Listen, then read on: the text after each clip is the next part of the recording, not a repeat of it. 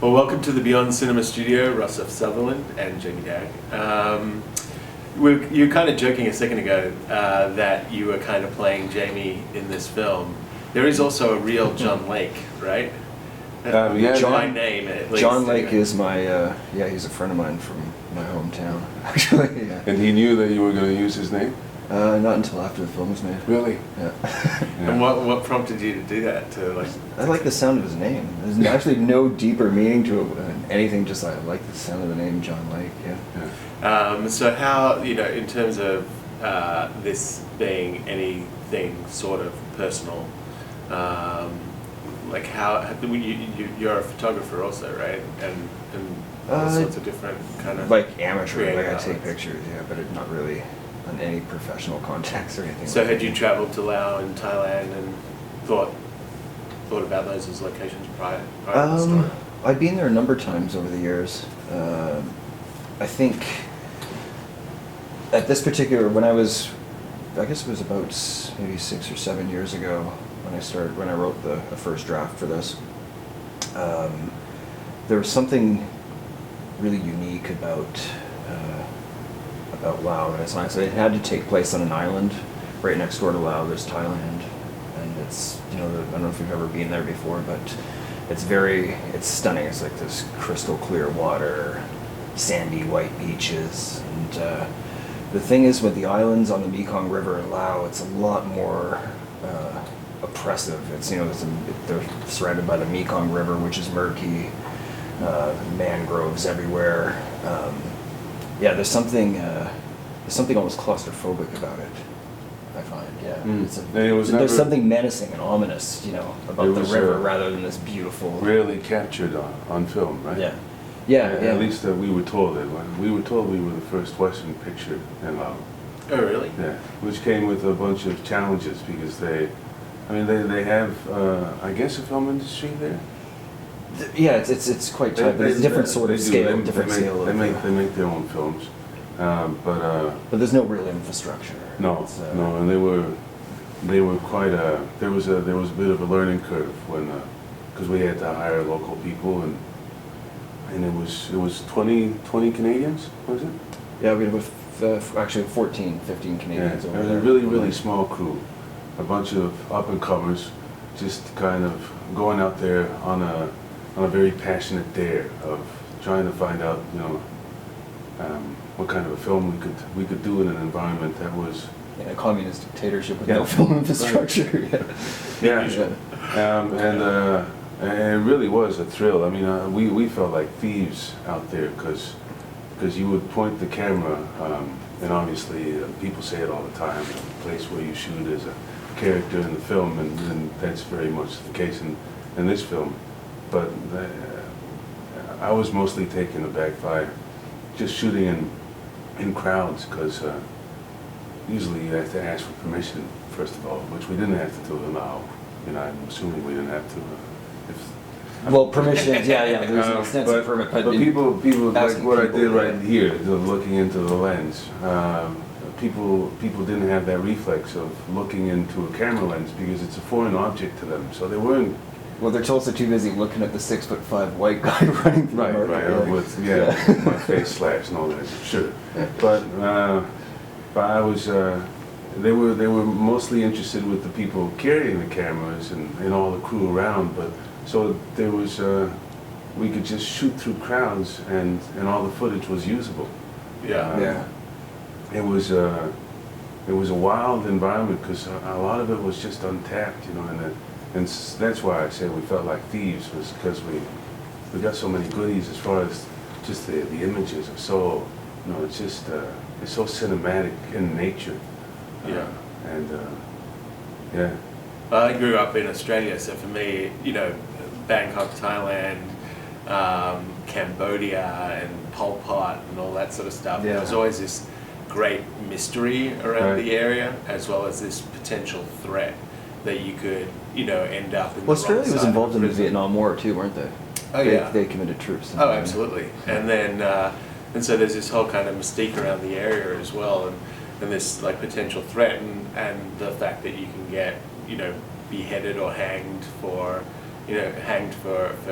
drug trafficking through the area, which happened to a couple of Aussies. That's right. Just earlier this year, right? Yeah, Speaking, happened a speaking few of times. Aussies, we were just talking about the other day, and in the film there's a character who rapes a local girl, and the Lao government was very concerned about what the nationality of that person would be. At first, your idea was that It was originally, the two French rapist would be guys. Yeah. French, and the Lao government said no, no, no, no, no. Because they receive a lot of foreign aid from France. Yeah. Wow. But And So then they they were made us, okay they made with us it being do an it. Australian No, but they made citizen. us jump through a bunch of hoops though to make, like, even as an Australian, like they made us go. I'm half Australian, so I didn't feel so bad about making an Australian. But yeah, we had to. You had to go to the embassy. Yeah, to get permission from the Ask for Australian permission. government. Do you mind if one of your citizens, you know, if the nationality of this character is Australian, and we portray him in a bad light, and obviously, you know, they say, yeah, of course, you know, as a character. But no, it was, you know, it's far away from home in many, many ways, more than just distance. And That would have been funny though if the Australian government had said, we don't mind you using the character is the son of an Australian senator, but we want the right to choose which senator specifically. yeah. Originally, it was named after Murdoch, and they actually made us change that as well. Wow. Okay, Yeah. cool. So, is there any reason why you've moved your chair away from Rossif twice during this start? Oh no, not at all. We're close Yeah. friends. Yeah. We Yeah. hang out all the time. Yeah. It's just to give him a bit of. I got long Big legs. guy. Yeah. There is something, you know, odd. Like, I don't know if it's just odd watching someone who's really tall run, Yeah. or if it's someone Oh, you watching saying I look watching goofy? someone run Running for in my that life? setting, you know, in Yeah. contrast to all the other people that were there. But Yeah, I went. Yeah, I was certainly. I was a curiosity over there. yeah. Yeah. I was when I was a little kid. I went to China. When I was 8 years old, and believe it or not, I had blonde hair. Then they'd never seen somebody with blonde hair, and it was just amazing. Just people just staring at you just because of the color of your hair. Well, they stared at me because of my height, but and also, as you were saying, because my face was slashed and I was on the run. Yeah. Yeah. There was a lot of running in this movie. And how much did it help that you know, obviously speak French as well, and did that? That did was help? something. The French element. I'm not sure you even knew that I spoke French. I did actually. Yeah. I did. Yeah. See, this is the wonderful thing about interviews is that I get to find out all this stuff. Where did you meet the two of you? We met on Skype, as most people meet these days. Yeah. I was already in Lao. It wasn't until about 4 weeks before we started shooting. Yeah, it was Christmas time. I just finished a film in Jordan, Hyena Road, and I was ready to take a break, and then this script came along as I was wrapping Christmas gifts, and it was about a guy on the run in Laos, a very small film, first time, you know, feature director, and I don't know what it was that I was really drawn to it. The script is wonderful, and I hadn't met anybody involved with the picture, but it was just something that I couldn't turn down. However emotionally exhausted I was from the previous experience, and It probably contributed to it in a positive way too. yeah. In many ways, I wish almost I had done the films the other way around. Because the subject matter of this film would have informed the character I had to play in Hyena Road, a soldier who ultimately has great power with the weapon that he's given, and is given the power to, you know, to eliminate lives and the consequences of that. And I play in River. I play a doctor whose sole existence is to add good, provide help, and he finds himself in a situation where he witnesses the aftermath of a young girl, a local girl, having been raped by an Australian, and he intervenes, and as a result of that, the person that raped the girl ends up dead. And I have to live with the consequences of that. Not only can I be incarcerated in a foreign land and never see the light of day, never get my freedom back, that's for sure. So the mission is to get out, but there's, at least to me, the emotional journey was very much about how to create my own justice, create my own freedom, considering what I know I had done, however much I had done it for the right reasons, I thought. And it was quite the adventure. And it was really, you know, these wonderful friendships have come out of it, because we went to war together in many ways. And, you know, all of this is make-believe, you know, and we're not saving lives here in the industry that we're in, but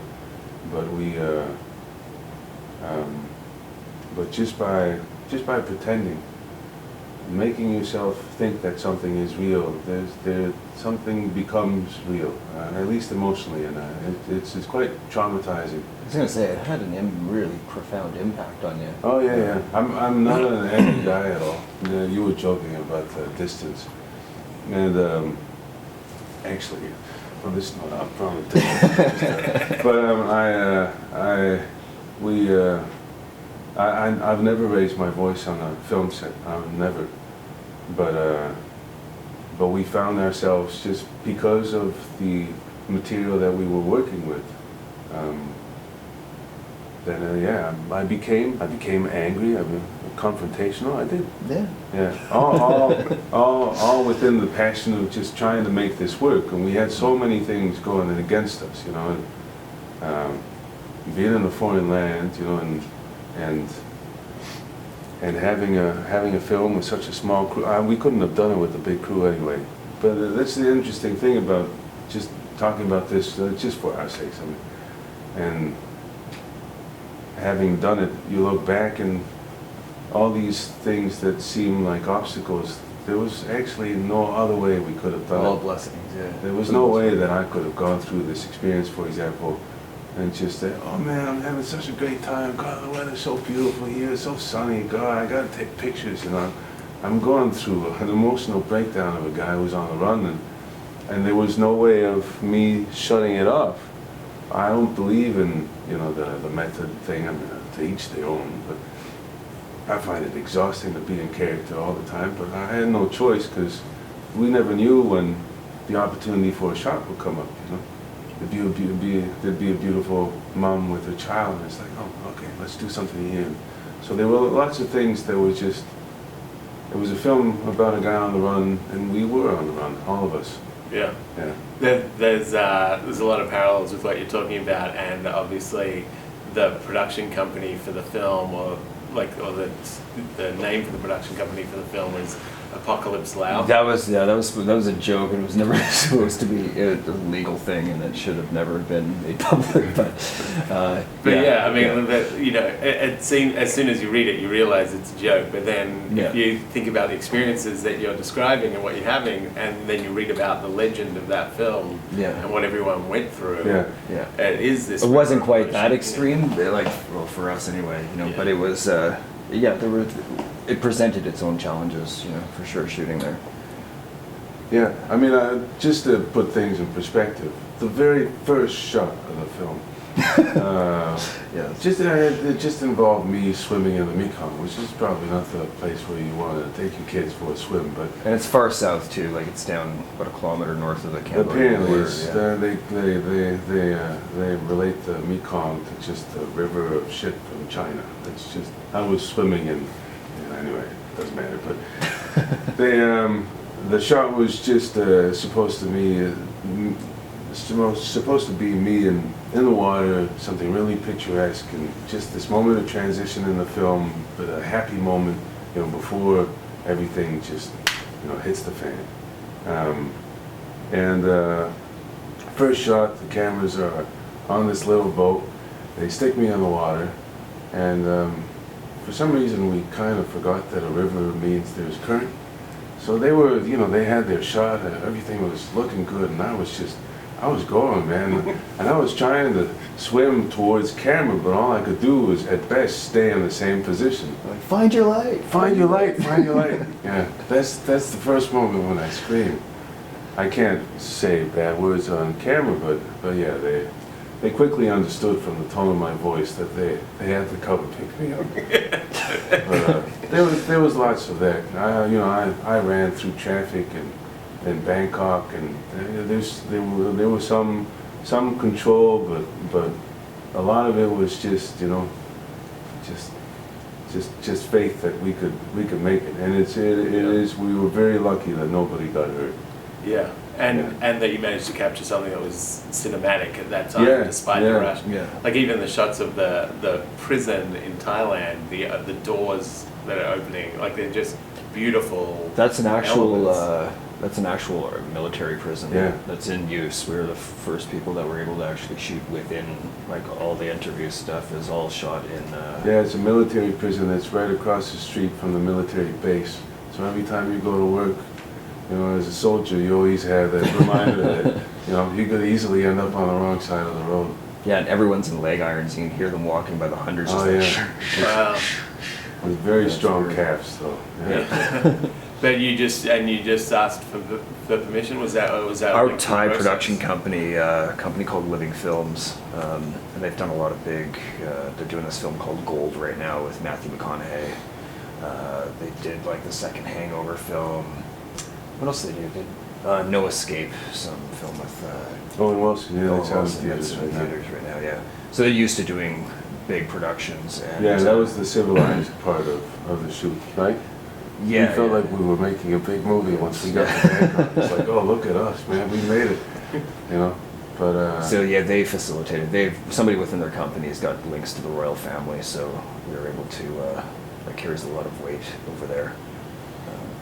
It's funny too because they're really challenging to shoot in as well.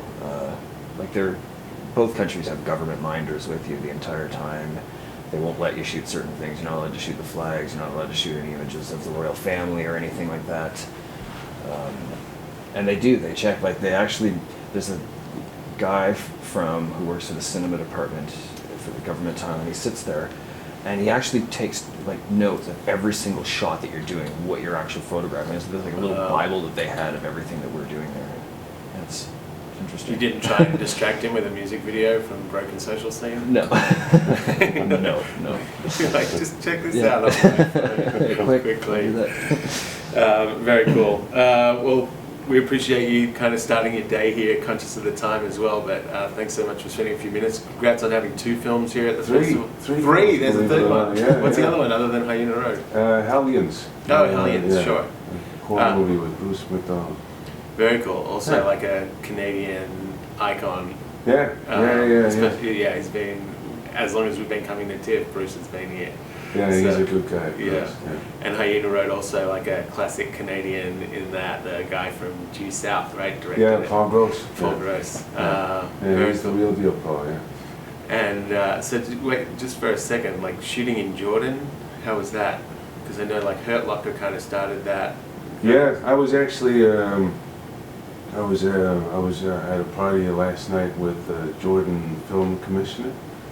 They have 7 films that were shot in Jordan this past year. Amazing. The Martian was shot in Jordan. They were extraordinarily welcoming to us. It was a very challenging picture in different ways, but similar. Obviously, a much bigger scale, and we had to ship weapons and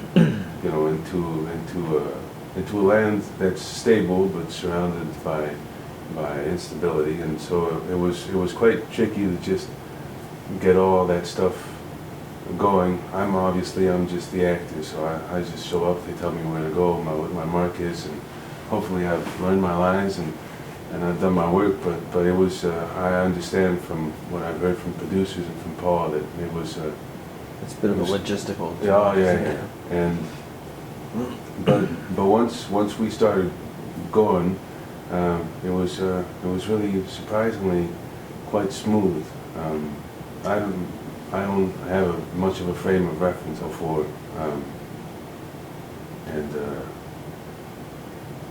I was also really sick at the time. I ended up with bronchitis.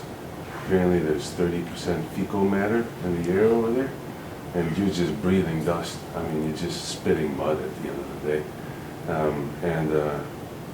It was, yeah, the Queen of Jordan, actually, she heard that I was sick, and she I don't know how she managed to, I guess when you're the Queen, you can get anybody's contact, but I got an email from her saying, you know, I hear you're sick, you know, if our people are here to help if you need anything, and it's just, there was a lot of warmth, and it's a part of the world that I've never been into, and obviously I was doing a film, and you're very busy with that, and you can only see so much, but no, it was an extraordinary experience. That's very cool. Yeah. All right, well, thanks again, guys, for coming in. Thank you very much.